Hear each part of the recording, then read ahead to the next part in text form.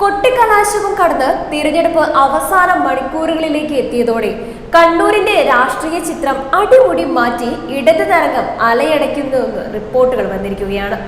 പേരാവൂരിൽ പാർട്ടിയിലെ കരുത്തയായ കെ ശൈലജ ടീച്ചറെ ഇറക്കി നടത്തിയ പരീക്ഷണം വിജയത്തിലെത്തിയതിന്റെ ആവേശത്തിലാണ് പ്രവർത്തകർ. മുൻ KPCC പ്രസിഡന്റ് K സുധാകരന് സീറ്റ് നിഷേധിച്ചതിലുള്ള അതൃപ്തി ഇപ്പോഴും കോൺഗ്രസിനെ വിട്ടുപോയിട്ടില്ല. തമ്മിലടിയും തൊഴുത്തിൽ കുത്തുമായി അലങ്കോലമാണ് അവസാന ലാപ്പിലും കോൺഗ്രസ് ക്യാമ്പുകൾ.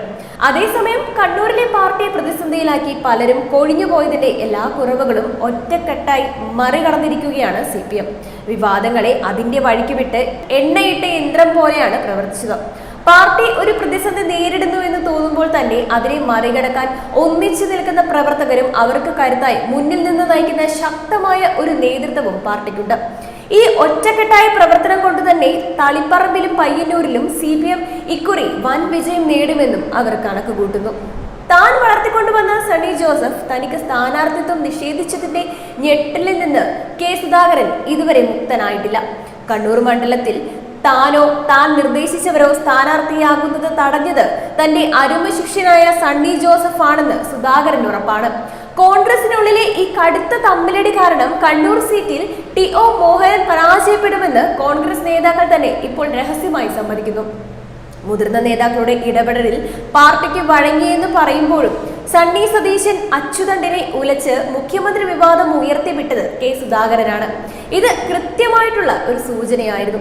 ചെന്നിത്തല ഒളിപ്പിച്ചു വെച്ച മുഖ്യമന്ത്രി മോഹം സുധാകരനിലൂടെ പുറത്തു വന്നു.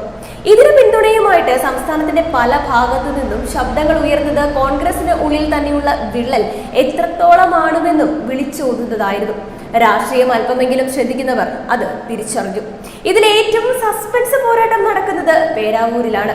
UDFന്റെ ഉറച്ച മണ്ഡലം എന്ന് കരുതുന്ന പേരാവൂർ പിടിച്ചെടുക്കുവാൻ ടീച്ചർ എന്ന് എല്ലാവരും വിളിക്കുന്ന K ശൈലജ എത്തിയതോടെ ട്രെൻഡ് ആകെ മാറി മറിഞ്ഞു. കരുത്തയായ സ്ഥാനാർത്ഥിയെ കിട്ടിയതിന്റെ ആവേശത്തിലായിരുന്നു അണികളുടെ പ്രവർത്തനം. ടീച്ചർ തരംഗത്തിൽ പരാജയം ഏറെക്കുറെ ഉറപ്പിച്ച മട്ടിലാണ് സണ്ണി ജോസഫ്. ഒപ്പം സുധാകരന്റെ പ്രതികാരം പേരാവൂരിൽ തനിക്കെതിരെ പ്രതിഫലിപ്പിക്കുമെന്ന ഭയം സണ്ണി ജോസഫിനെ കടുത്ത അസ്വസ്ഥതയിലാക്കിയിട്ടുണ്ട്. വയനാട്ടിലെ ദുരിതബാധിതർക്ക് കോൺഗ്രസ് വീട് നൽകാമെന്ന് പറഞ്ഞു വഞ്ചിച്ചതിന്റെ ഉത്തരവാദിത്വത്തിൽ നിന്ന് സണ്ണി ജോസഫിന് ഒഴിഞ്ഞു മാറാൻ കഴിയില്ല. വാഗ്ദാനം പൂർത്തിയാക്കുവാൻ കഴിയില്ലെന്ന് കല്ലിടൽ വേളയിൽ തന്നെ അറിയാമായിരുന്ന സണ്ണി ജോസഫ് എന്തുകൊണ്ട് ഇക്കാര്യം മറച്ചു വെച്ചു എന്നതാണ് മണ്ഡലത്തിൽ ഉയരുന്ന ചോദ്യം. ഒരു MLAയും കോൺഗ്രസ് അധ്യക്ഷനുമെന്ന നിലയിൽ കാട്ടേണ്ടിയിരുന്ന സത്യസന്ധത അദ്ദേഹം പാലിച്ചിട്ടില്ല. കഴിഞ്ഞ ദിവസം ചോദ്യങ്ങൾ ചോദിച്ച മാധ്യമ പ്രവർത്തകരോട് അദ്ദേഹം ക്ഷോഭിക്കുവാൻ കാരണവും ഈ പരാജയ ഭീതിയാണെന്നും രാഷ്ട്രീയ നിരീക്ഷകർ ചൂണ്ടിക്കാട്ടുന്നുണ്ട്.